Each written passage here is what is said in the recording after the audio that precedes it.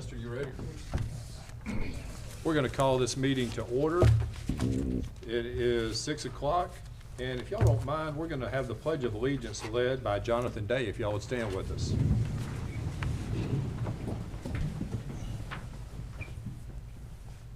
Pledge allegiance to the flag of the United States of America and to the republic for which it stands, one nation, under God, indivisible, with liberty and justice for all.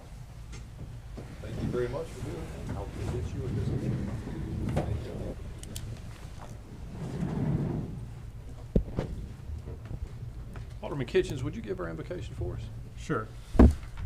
Lord, we come to you in prayer. We thank you for this town you've blessed us with. We thank you for the opportunity to serve it. We ask that you would give us the wisdom to do your will and to serve the people in making decisions and in stewarding the resources in the way that glorifies you. In Jesus' name we pray. Amen. Amen. Thank you. I think we want to move an item on the agenda. So on the approval of the agenda, I think Alderman Bruce has a... I'd like to move item number 25 to number 8. Second. There's a motion and a second. All in favor say aye. Aye. All opposed, no. That motion passes. Item 5 is to approve the docket of claim numbers listed on your agenda. Is there a motion on that? Motion to approve. Second. There is a motion and a second. All in favor say aye. Aye. All opposed, no. And the motion passes. Item 6 is to approve the minutes from the regular Mayor and Board of Aldermen meeting of July 7th, 2026. Motion. Second. We'll have a roll call vote. Alderman Kitchens, Aye. Alderman Piper, Aye. Alderman McLendon, Aye. Alderwoman Lynch, Aye. Alderman Robinson, Aye. Alderman Wicker. That motion passes. Item 7 is the consent agenda. It's a very long consent agenda. Can I have a motion on that? Motion to approve. Second. There's a motion and a second. All in favor say aye. Aye. All opposed, no. And the consent agenda passes. Did you move that to item 7? Move it to 8. Yeah, 8. Yeah, item 8, okay. All righty. So we have a utility adjustment. It was for a toilet that was running inside the house, which is something our staff is not available to do based on our policy. But it was something she could not hear. It's Miss Maxine Pryor's house, and quite frankly, she could have heard the running toilet because she doesn't hear so well anymore. Her daughter is here to represent her, but I don't know that they need to speak. If y'all are okay with it, I would recommend that we approve that utility adjustment. I'll make a motion to approve the adjustment. Second. There's a motion and a second. All in favor say aye. Aye. All opposed, no. That motion passes. Tell Miss Pryor we say happy 105th. We wish we could be with her. Thank you. Item 8 is the personnel docket. Motion. Second. There's a motion and a second. All in favor say aye. Aye. We've got to add one to it going forward. Oh, yeah. All opposed, no. And that motion passes. The donations docket is next. Is there a motion on that? Motion. Second. All in favor say aye. Aye. All opposed, no. The donations docket passes. Item 11 is to approve the donation of $400 to the Hernando Cross Country Booster Club. This was a budgeted item, and it was something we gave to them last year to support them. Motion. Second. There is a motion and a second. All in favor say aye. Aye. All opposed, no. That motion passes. The next one is to approve the contract for the school resource officers with the DeSoto County School Board and to authorize me to sign the contract. It is the same one from last year, same amount of money, $560,000 to help us provide SROs to the schools in the Hernando city limits. And we appreciate that partnership with the Board of Education every year. If there is no questions, is there a motion? Motion to approve. Second. There's a motion and a second. All in favor say aye. Aye.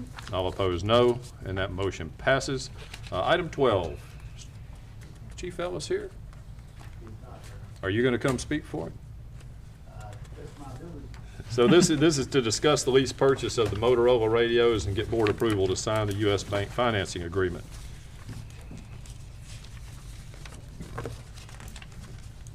Basically, we have several radios in service that are very old technology, and we move it over to the digital system.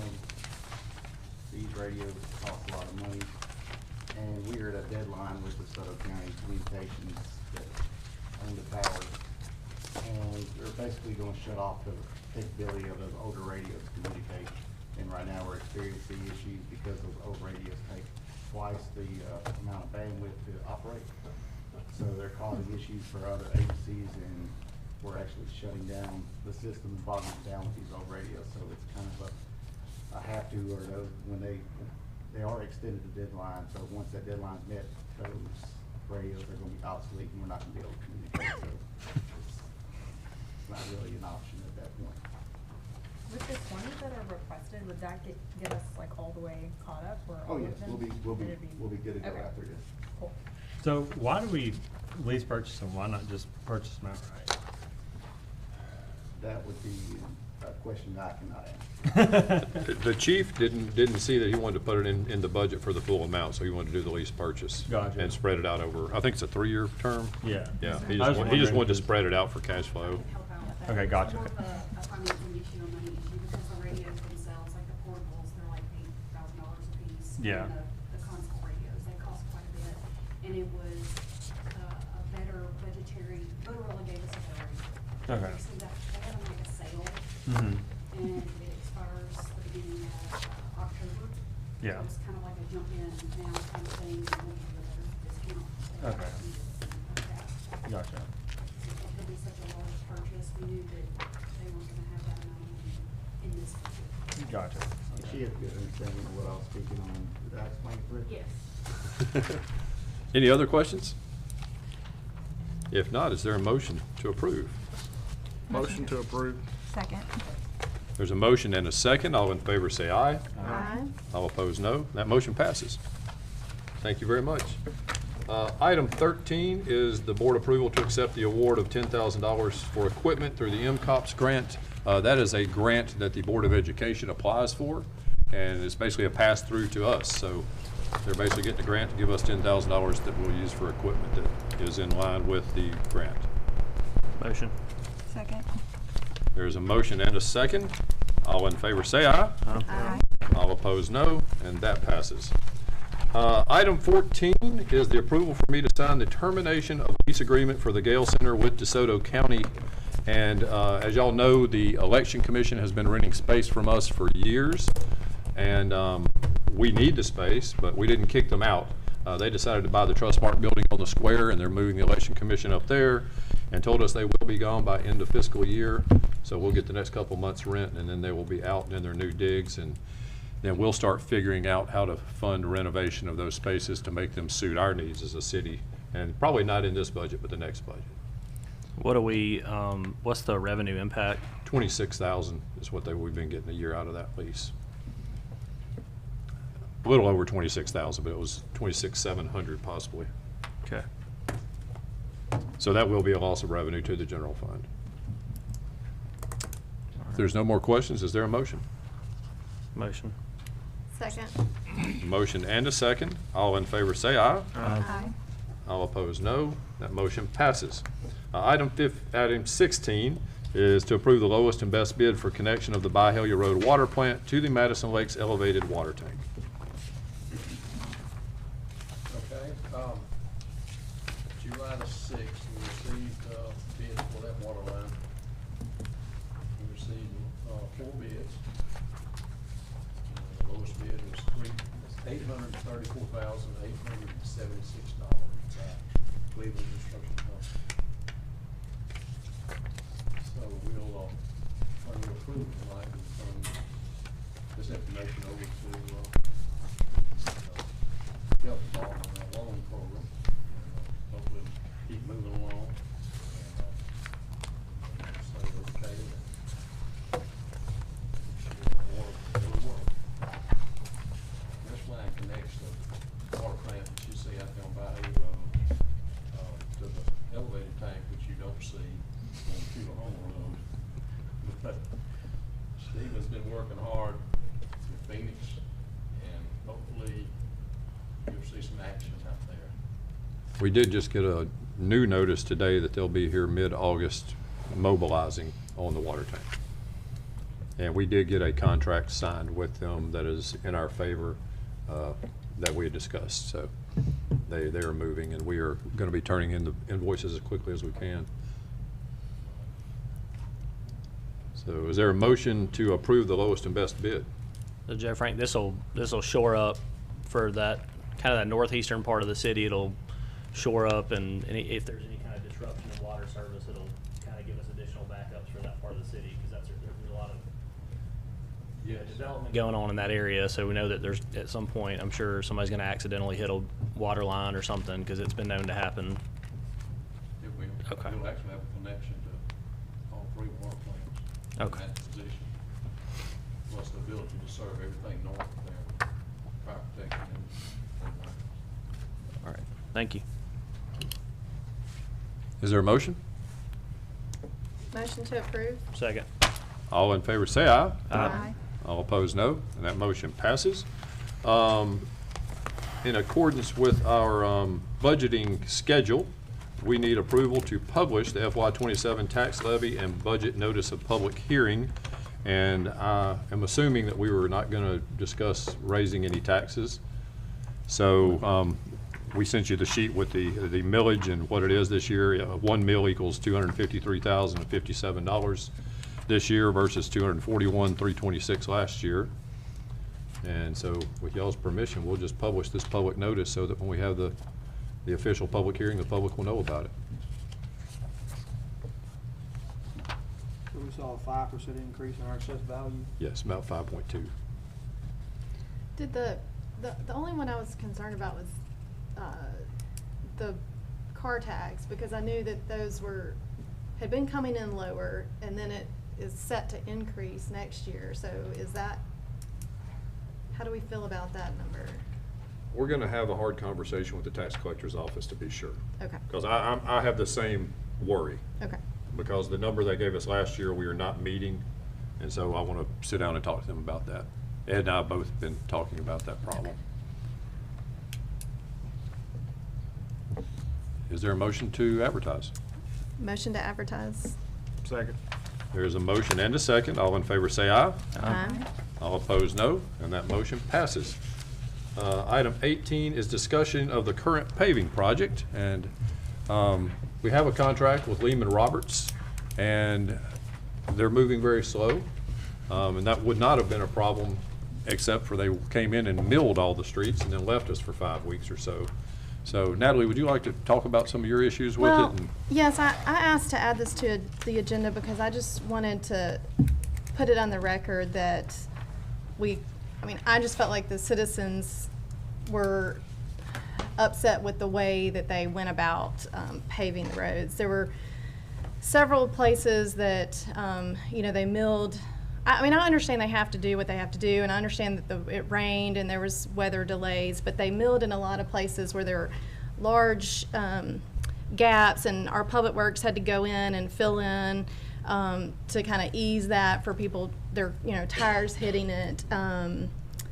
The Oak Grove still has a lane that is not paved. They told us a month ago it was going to be 3 weeks. I think they did come back. I think I saw them on McCracken today, but we're 4 weeks from when they told us 3 weeks. There are some parts, and I don't know, but like on Oak Grove where they've paved all the way up to the concrete curb, and they paved over like the gutter part, and I don't know if that's like a normal thing or just those concerns. I just wanted it to be known so that we may kind of think twice about using them again. So, other people may have had some issues in their wards as well. Yeah, is there anybody here from Lehman Roberts? No? Okay. I guess we can talk about them without them being here.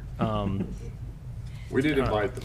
Okay, perfect. Well, okay, for the record, they didn't come. All right. Yeah. No, I had some of the same concerns. I think before we accepted the $2 million bid, I mentioned that we had paving issues on Keeneland Drive that they did come and spray painted where the issues were, but they still haven't rectified them. They still haven't repaired those from last November. When That they was the made fall paving plan. Yeah, that was a the fall whole separate paving contract. plan. So, you know, that's work that they've already been paid, long paid for. And I said then, look, we're accepting this bid because it's supposedly the lowest and best, but I mean, now we're kind of getting into a habit of having continued issues with them. A vendor that we're spending $2.9 million this budget season with them, and we can't seem to get answers or things done. And so it'd be good to know if there's like a breakdown in communication or like what exactly the issue is. If our $3 million budget isn't enough to keep them satisfied, or I don't know. I mean, it seems like a lot of money to me, but I'm just a guy in Hernando. So, Joe, can you give us your perspective on what's going on and what we can do to make this not happen next year in the same fashion? Yeah, okay, Smoke Grove, they kinda left town on me. It was a crew from Grenada. They were here one day working, the plant did not make enough asphalt to finish that day. So, then they called me early the next morning and said, we're moving out to Cuba to do another job. So, we should have done better there, for sure. We've got the same, we've had 3 different crews. We've got the same crew back now that we had on Kingdom, so we'll get them to fix that. He knows he's got to do that. We did finish McCracken today, so all we like is the part of Oak Road and then the south end of McIntyre. Is this crew staying for both of those? Crew's gonna stay. Now, they got to leave tomorrow, but they promised me we'd be through by Tuesday. Okay. Be through with everything by Tuesday? Does that include Keeneland repairs? I can get them over there on that, but that will be on their list. Have we paid them yet? On the Keeneland part, we did I pay, know, but but- we haven't paid on this one, no. So we can, Hold the payment till the finish Kingland. yeah, we'll make sure we get Keeneland done. Thank you for bringing that up, Alderman Piper. well, I appreciate Alderman Lynch bringing it up. I mean, she and I both had issues in our ward, and I mean, it's something where, it's, I know that you're trying to coordinate with them. They're coordinate with a subcontractor, I'm assuming. It's not actually, it sounds like it's people coming in from elsewhere, so it's not like a local paving company necessarily that's doing all the work. Today, this crew is a subcontractor. Mhm. The other 2 crews I have work for them. So they were, the first 2 were Lehman Roberts, this is a subcontractor. This is Lawhorn? Yes. Okay. How much lower were they than? 300,000 lower. It was a lot lower. Okay, I mean but Yeah. I know, and we sort of have, South Haven has kind of a term, and I think all the rest does too, for the whole year bid, and you, do the work when they want you to do the work, I guess you'd say. This is kind of a term bid with a 120-day schedule, so they couldn't take a whole year to do it. I mean, it's not a contract, so I'm a little lenient with them, and maybe I shouldn't be, that they kind of own the asphalt plan and have enough equipment and enough crews to work me in somewhere to get the work done. So, hopefully, they're the first time, we've had other contractors past couple of years bid, and this is kind of the first time they've come back and wanted to bid on one of our jobs. Thankfully, I they think were that much part of lower. the problem is they came in and milled the road and then left for 3 weeks or whatever. Yeah. That's not normal procedure, I think, That's in the not. past. They tell you why they did that? That crew was just available at that time to do the milling. I guess on the next contracts, we need to specify Yes. a certain time between milling and overlaying. Absolutely, with a penalty Yeah. to make sure they do it quickly. seems like the time management was just Yeah. way off. I mean, I think Yeah. the board did the right thing by, Lehman Roberts is a reputable company generally, and it was a $300,000 savings over the next bidder. So I think y'all did the right thing. We just need to make a tighter contract next year, and I think it's good to be talking about it now. Well, I mean, the ultimate goal of all this was we were trying to execute a specific strategy of we're increasing the amount of funds that we're, allocating for paving. And, using the Civil Link study that we have, and we're taking their recommendations on what needs to be done. So we're not just trying to piecemeal it together, with 2 different lists every year. And we thought that by, increasing the amount of funds that we're allocating towards it, we would get, a better bids. We'd get lower bids. We'd be able to get more work done. But if it's at the cost of, projects being stretched out over long periods of time or being abandoned in the middle, like it may not be, it may just not be executed correctly on either, whether it's on our end or their end, but it just needs to be tightened up some, I think. I think we're all in agreement on that. But yeah, it's just been a little disappointing. I'm also concerned about the striping in front of the school, Oak Grove, before, we've got 13 days before the first day of school. The crosswalk's gone, the turn lane is not there. I just feel like it's gonna be Yeah. I just figured they were gonna wait until they finished the rest of the street, which is why they hadn't striped it yet, but if they could stripe at least from the stop sign to, the crosswalk, that would be great. Yeah. Well, the first day of school's in 13 days, so Thanks for getting bringing that close. up. Fortunately, that crew is in the area almost every day. We're out on the ranch or South Haven. Striping crews? Yeah. They did a temporary stripe on Franklin today. There's some markings in front of the school, but they're just the little faint, sort of, it's not. That's where I'm on for it. That's what they're supposed to do. Okay. Anything else? That was a good discussion, and if y'all will help us remember, and we'll all eyeball the next contract we put out, make sure it has those penalties and times in it. All right, we will move on to the next topic. Austin, if you would come up and present item 19, PL 1971. Yes, sir. PL 1971. It's an appeal of the decision of the Planning Commission. At the June Planning Commission meeting, a request for variance for the allowable front yard setback for a fence was heard. Christy Hardy's here tonight representing the application as the owner of the property. The setback, I'll explain that here in just a second, but the Planning Commission unanimously recommended, unanimously made the decision to deny the application. With this being a variance, they are the final decision maker unless appealed. So the Planning Commission denied it. Ms. Hardy appealed within the allowable 10 days. We re-advertised the hearing for tonight. Resent cards out, we put the notice in the paper to advertise for tonight's public hearing. I will waive the discussion portion just for the record for the approval or the denial criteria. The special conditions and circumstances exist that are peculiar to the land structures or buildings involved and are not generally applicable to other land structures or buildings in the same district. The little enforcement of the provisions of these standards would deprive the applicant of rights commonly enjoyed by other properties within the same district under the terms of this ordinance. The special conditions and circumstances do not result from the actions of the applicant. They're not based upon economic considerations, and granting the variance request would not confer on the applicant any special privilege that otherwise denied such ordinance to other land structures or buildings in the same district. The applicant did provide responses to each of those questions. A little bit about the application. This is a fence replacement. With this being proposed to go in a new location, fence permit was not pulled. We were alerted of the complaint.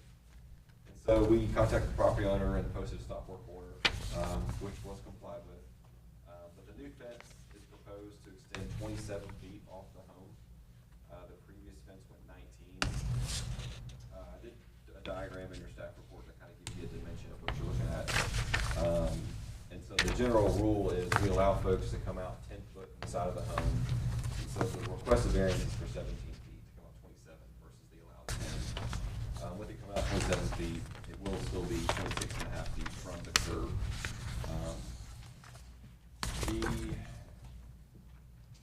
The question did come up about a supermajority vote with the planning commission denying, that only refers to rezoning. So, however the vote goes tonight, a simple majority will suffice.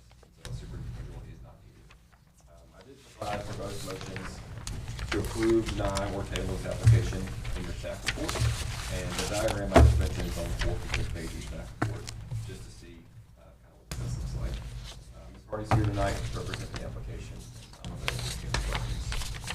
Austin, you've seen a lot of these design lots. Has there been a variance for a similar size lot that we've issued in the past? I know this has come up in the planning commission a couple times.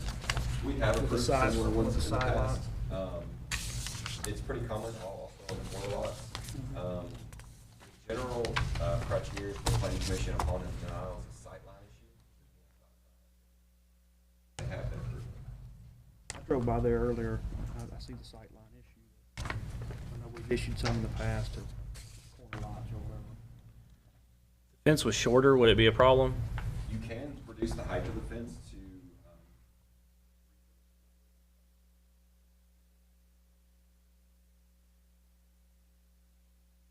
And what's the difference between where this new fence is and where we think it is supposed to be, or what would be allowable?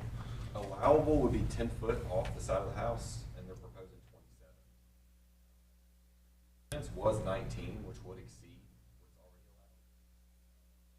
allowed. A record of a variance or a permit just because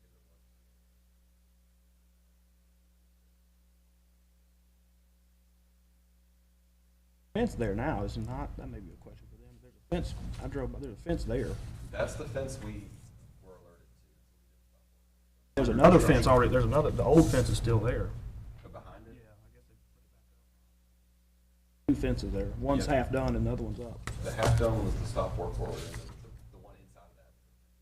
That one's compliant, I'm assuming. It's a legal non-conforming, far out, but it predates our rules, so it's. And, sorry to, is it too far out because it being on the corner is considered a front yard? Yes, ma'am. But It's if- two front yard, two frontages. Okay, but if it was a backyard fence, it would, this would not be, okay. If it disadjoins the neighboring property, it would be allowable. Okay. What would they have to do to have the fence where it is now, like to put the new fence where the old fence was? Would they still need a variance since? The policy is if you're replacing like for like, Mhm. then there's no permit required. It's grandfathered in. And you're allowed to fix a fence, but if you encroach farther out, that's what kind of voids that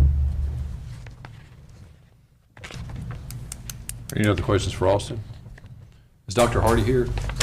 Oh, yes. Would you like to come up and speak to the board? So I apologize, I did not know, we did not get a permit for the new fence. Permit if you already have a fence.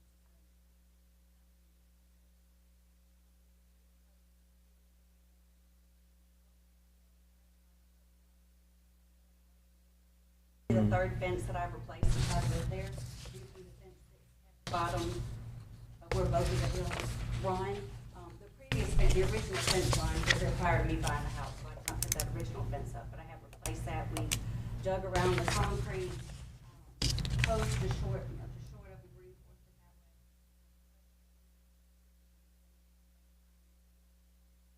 Current fence is the second one that's been in that spot. I brought dirt in. I live at our subdivision, I live in Deer Creek. Our subdivision has a lot of erosion.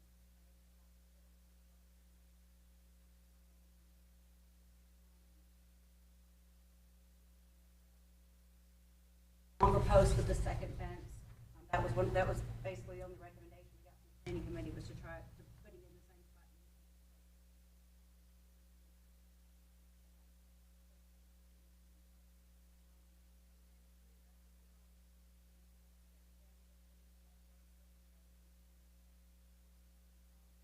Just to kind of, as far as the corner lot, I didn't know that it's basically considered front yard.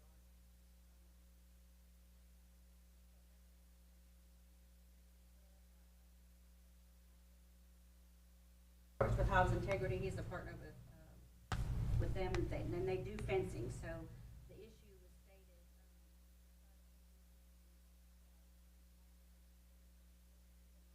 Good. I don't know if the quality of the fence she didn't think looked good, location of the fence didn't look good. She did say she didn't like it. The fence, I have photos of at least 20 fences. Hardly any of the fences line up. My current fence does not line up with my neighbor's fence. We put,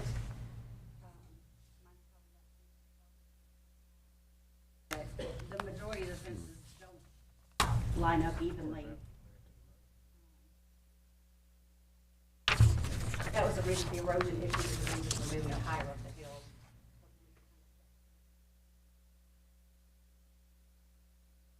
Y'all have any questions for Dr. Hardy?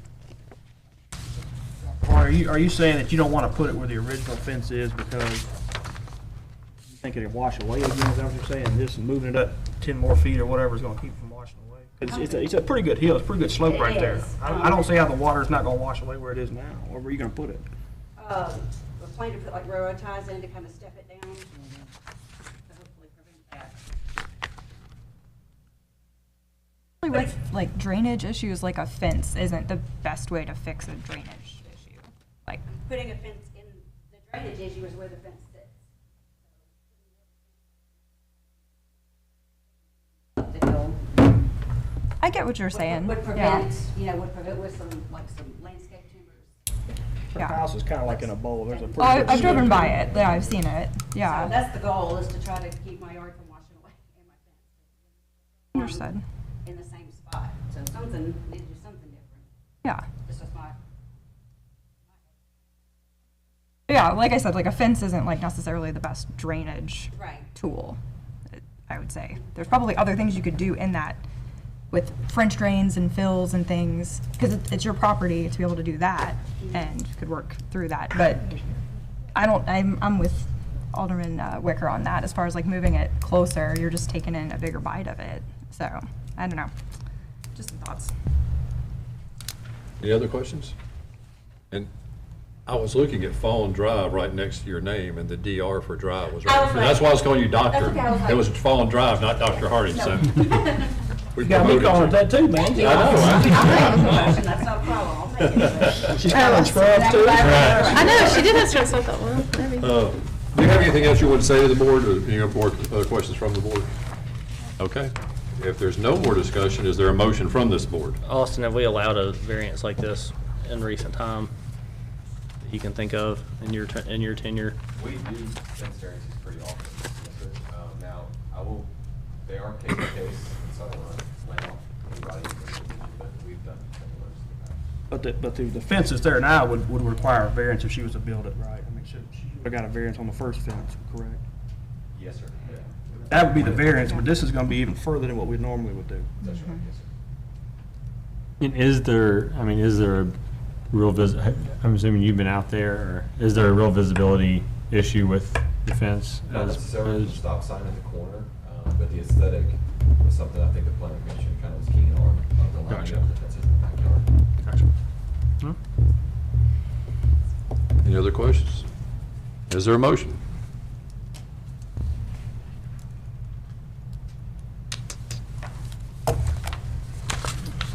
I have a motion to deny a fence variance to the allowable front yard setback. The subject property is located at 211 Elkwood Lane on the south side of Elkwood, west of Fawn Drive, and as described in the attached exhibits, they're numbered kind of weird on here, 3 through 7, or it's 3 through 6. Second. There's a motion and a second to deny. We'll have a roll call vote.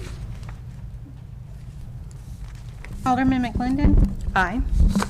Alderwoman Lynch. Aye. Alderman Robinson. Aye. Alderman Wicker. Aye. Alderman Kitchens. Aye. Alderman Piper.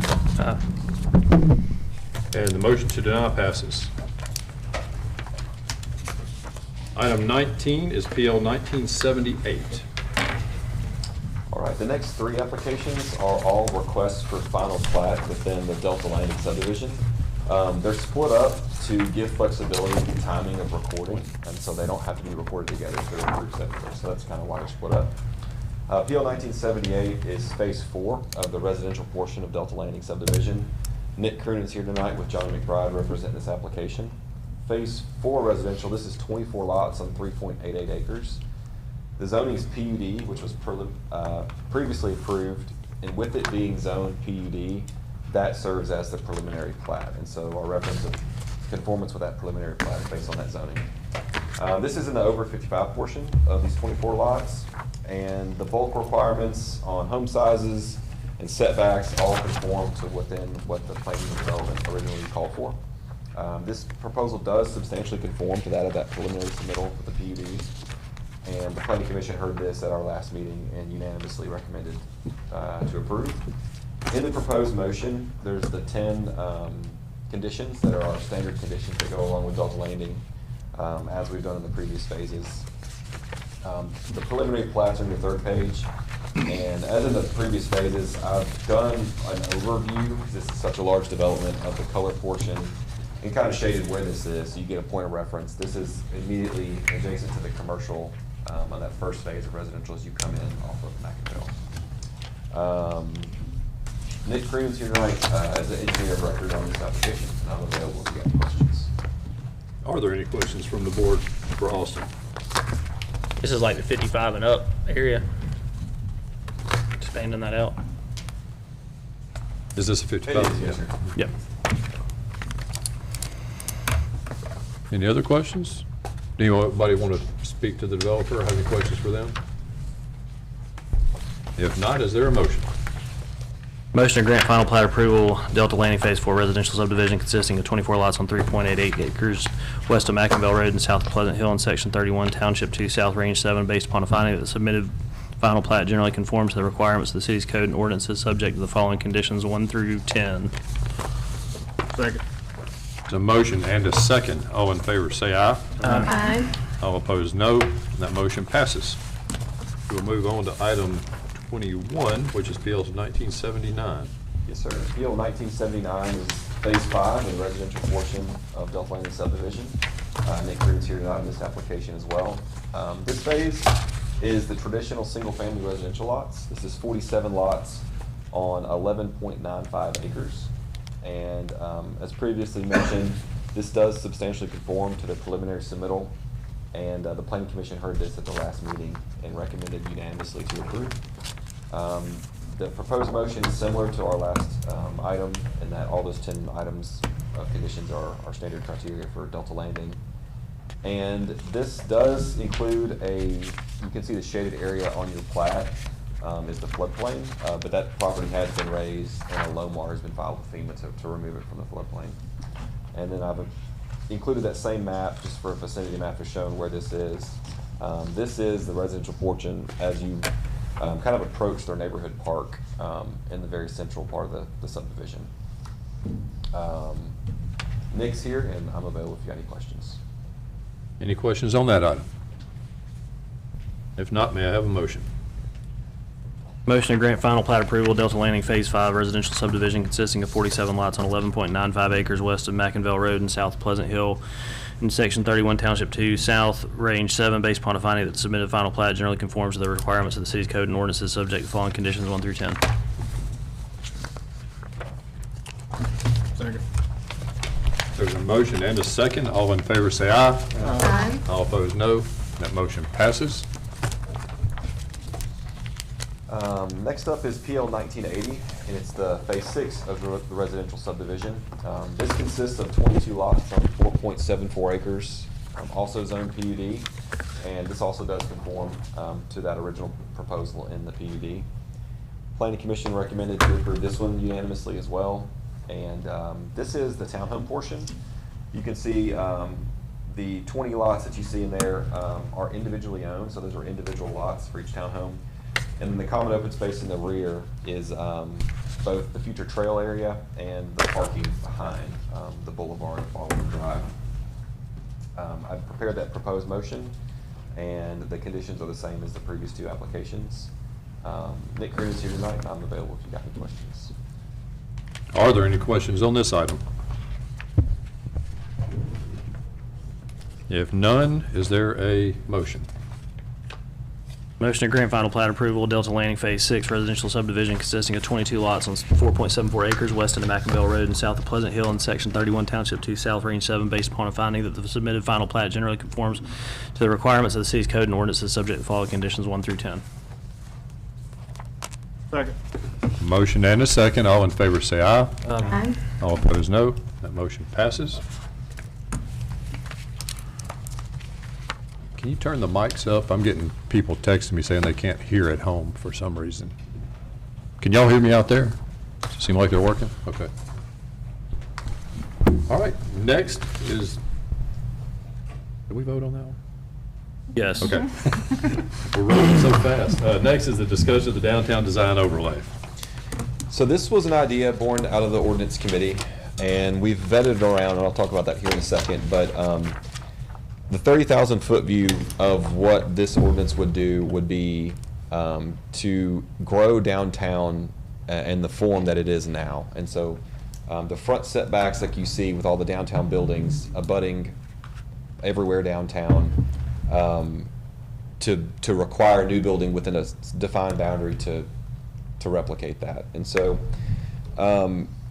in your staff report, you can see the boundary that was decided upon with the ordinance committee. We bounced it around.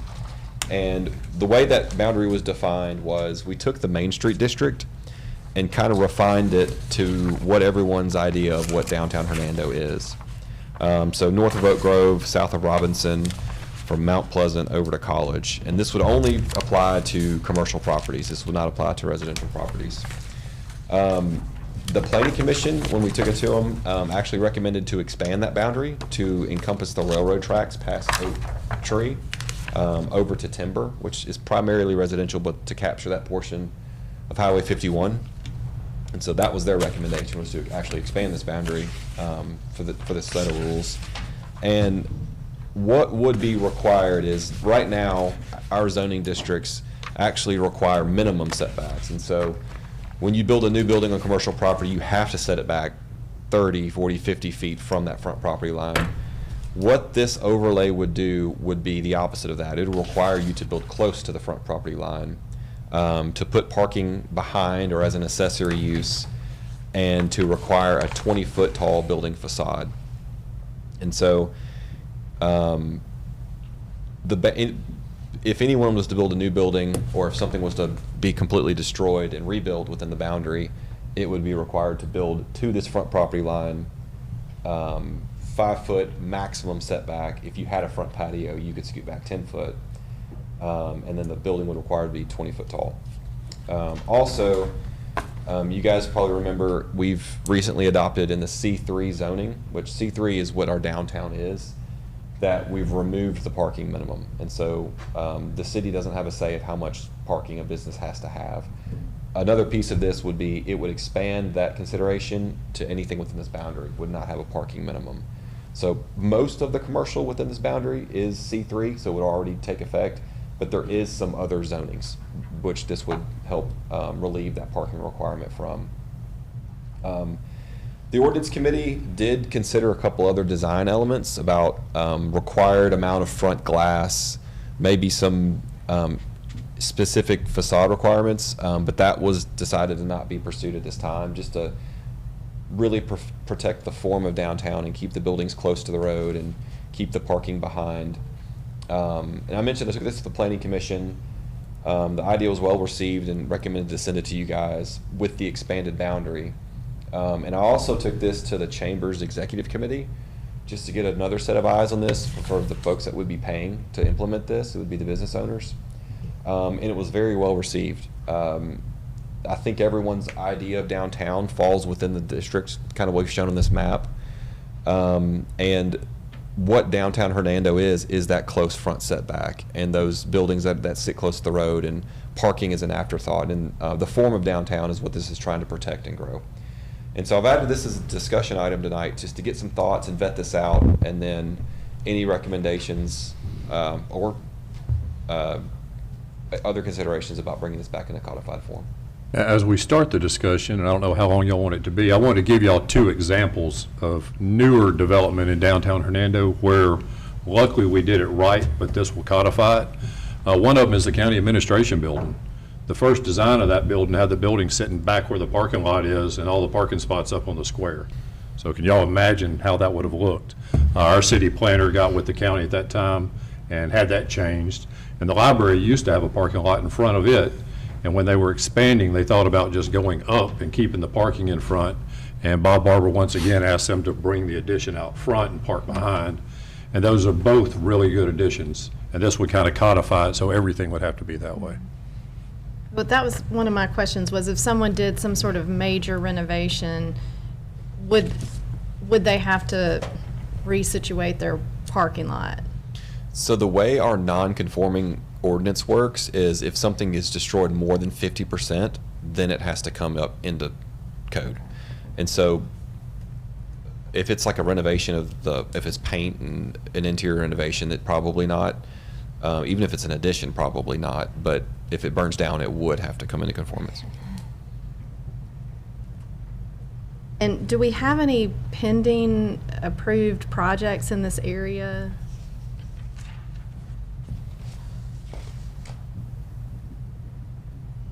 While he's thinking on that, we know that the Flynn family bought the old building on Center Street, and they demolished it because the architect told them it needed to be demolished. But if we didn't have this in place, they might could build it back off the street further than it was. So this would require them to keep it right up on the street in keeping with the look of the other ones. He reached out to me. I think they're moving pretty quick to do something good. The plans we've seen from them And originally were good. he likes this idea. He's supportive of this idea. Great. I don't know of any pending projects, and honestly, the sizes of commercial lots downtown, if it's C2 and you're required to build 35 foot back from the property line, they probably are going to need a variance to get it close, just to make it legal. And so I don't know of any big pending projects we have right now, though. Okay, the only one I can think is that approved, but it's a residential thing on 51. And the townhomes, But those were front anyway. They're right up on they're already Yeah. close. Okay.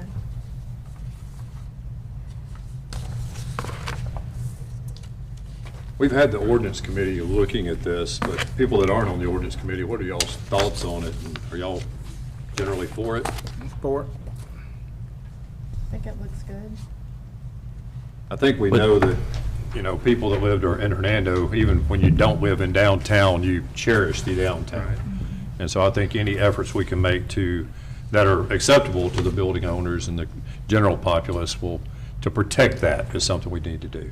And to add on to that, this is something that, the outcomes of it will be manifest over like decades. The impacts of this aren't gonna happen like right away, but we'll begin to see it over time. And over time, hopefully, we not only protect the current downtown, but we also expand the square out to be more of a staple of the city, so more of an economic hub, so. Also, what are next steps? Oh, did I hear Alderman Piper? Yes, in Exhibit 1 here, it has a pedestrian zone, and I can't really see what the footage, like the image is really small, so I can't really, like, what is the pedestrian zone? That's the walkway and the sidewalk. And typically downtown, like in a subdivision, a sidewalk is 5 foot wide. Mm-hmm. Typically downtown is double that for your pedestrian way. And that's 10 foot and it's within the right of way. So typically your right of way line is on the backside of the sidewalk. Your build to zone would start there. So you would have to build close to your right of way line, build close to that sidewalk. Like the building would be on top, like right on top of the pedestrian zone, or it'd be within 5 feet of that? Be within 5 feet. And if you have a front patio, you could do 10. You could scoot back 5 additional feet. Okay. And the other consideration was the boundary. The Planning Commission did recommend to expand it up to Oak Tree. And so that's something I do need some feedback on of what to bring back to you in a codified form. So that would include the new building that would be built on the vacant lot next to the edge. Yes. So that would need to come up to the street with that boundary change. Just my personal opinion, that's no longer downtown. Agreed.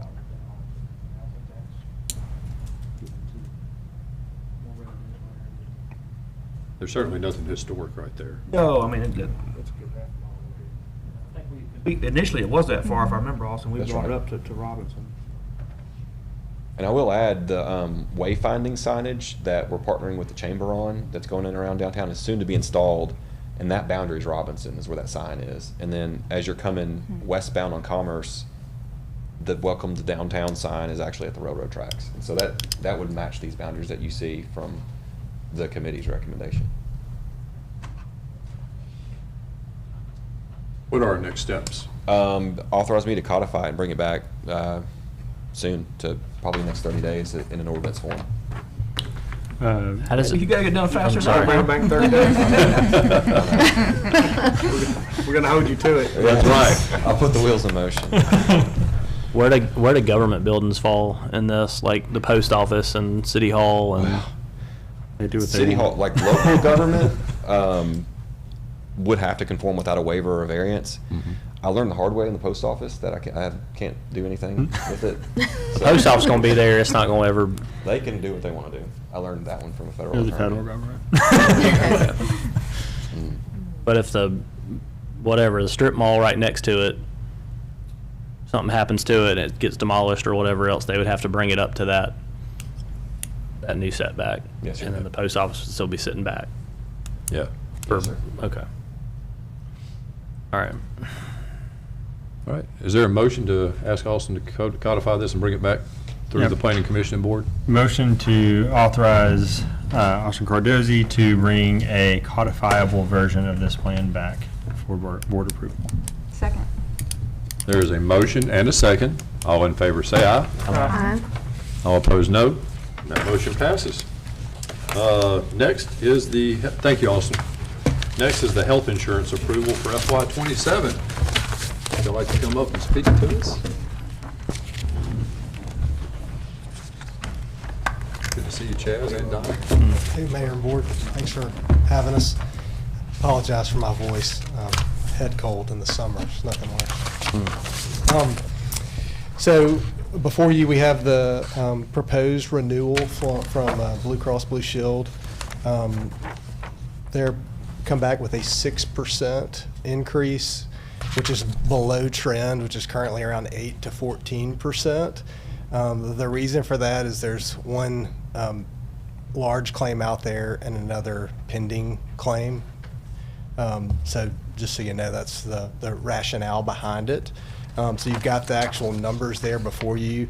And I just thought it'd be good to point out, if you look at those historical rates, we're still below where we've been since 2014. So we're still, really, really low and in a good spot overall. So that's the first one. Do we want to take questions on that, or do you want me to go through all 3 points? Should we go through all 3? Go ahead and go through all 3 of them. Okay. And the second one is Principal, which is the dental and vision. So originally, Principal came back with a 15% increase on dental and 5% on vision. We negotiated that down to 9.5% on dental and 0% on vision if we would lock that in on a 2-year rate guarantee. So that's what we would recommend for it. And then the last one is on the group life and short-term disability and long-term disability. There's a 0% increase on it, and they're willing to lock that in for another 2 years. And we did work with the mayor and Julie, and Alderman Robinson is always good to help chime in because it's his vocation. So we worked with them on all 3 of these as we've kind of negotiated and worked through it. So that's the recommendation. Any questions or? Are there any questions? I wish it was a 0 rate increase, but I do understand why the 6% increase. Yeah, hopefully it'll be a better coming year too. Yeah, and I think we're running around an 82, 83% loss ratio, so that's part of it too. That's exactly right. It's 84% right now, as of last week. It's a really good renewal based on that. No, It's been gradually decreasing for the last 6 or 7 Like, months. I can- We were running in the 60s for a long time. I can tell you this, 90% of the employers here in DeSoto County would love these rates. Yes.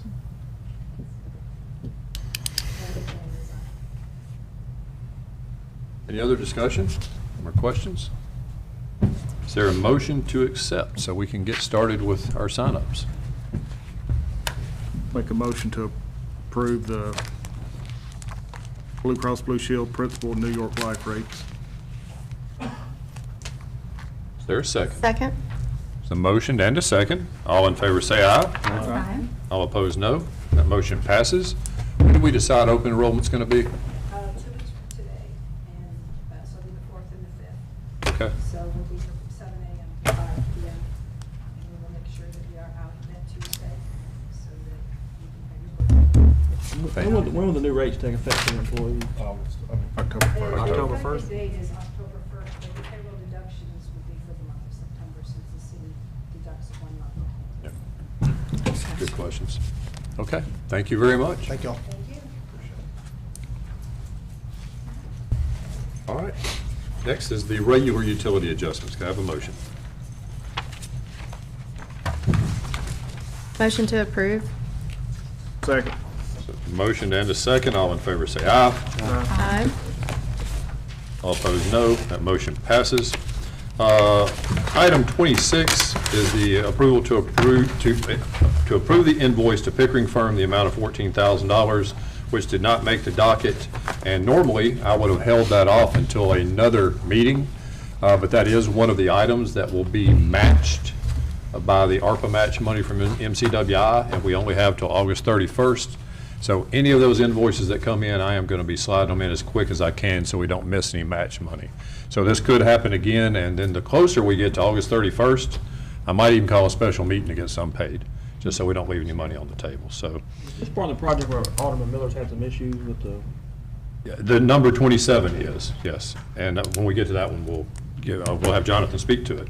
But 26 is just some engineering fees that Pickering Firm had. Mayor, I make a motion, we approve. The invoice, Pickering, $14,000. Second.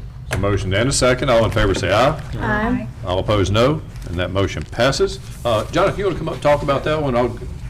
Number 27 is to approve the invoice to GCU in the amount of $166,956.52.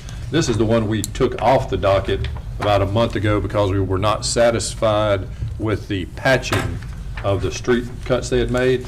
And since then, they've come back and redone the street cuts, and if you would speak to that. Yeah, they finished that work between, I believe it was the 22nd and 30th.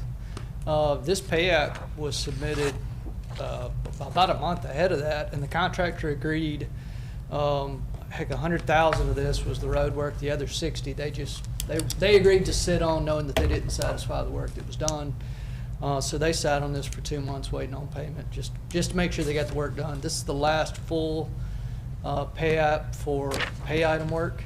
The next one we bring next month will be final acceptance and release retainage 5%, provided that they meet the last few checklist items we had for them. So. And Joe Frank, I know Chris Lauderdale had looked at our patches and seemed happy. Are you satisfied with them? Yes. And Jonathan, are you Yes, satisfied? and we have a final inspection report on those. I think I submitted to the city, so if anybody wants a copy, I'm sure we can get it distributed. So we have pictures of in-progress work and final accepted paved work. So when the one-year warranty goes into effect with final acceptance at the next board meeting, we'll have at least good documentation of what they look like. So if we need to come back and look at settlement problems. There shouldn't be any outside- settlement from those pictures because there was a lot of compaction They going on. did a lot better compaction this time. Yeah, they did it right this time. But next board meeting, we should have final acceptance, close out, and get it all into DEQ to. And when we do that final acceptance at the next board meeting, that's when our one-year Yeah, warranty starts on those. on Have the a work. one-year warranty on all work done, including the roadway patches. Andrew, happy with all that? Andrea is happy. So, and at some point, I think I mentioned it, I'll come back. Everybody's going to remember the roadway patches, but we're going to come back with just a short PowerPoint on the actual before and afters on sewer that you didn't see. Thank you for doing that. That's going to be great. Is there a motion on that item?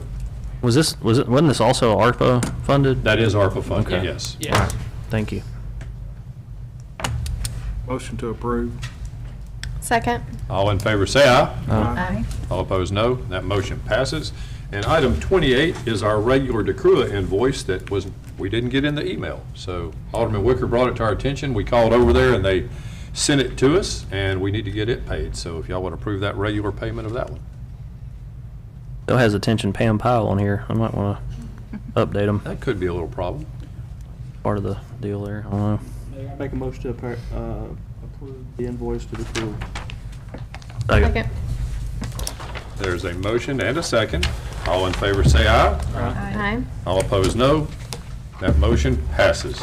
Item 29 is an executive session for pending litigation in the police department. Need a motion to go into closed. I think we missed utility adjustments for these folks. No, I know we we did. did. We did them. before that. We did them before. They were on the page before. Okay, sorry, I missed Yeah. that. There we go. Sorry. Is there a motion to go into closed determination to go into executive session? Second. All in favor say aye. Aye. All opposed, no. We are now in closed determination session.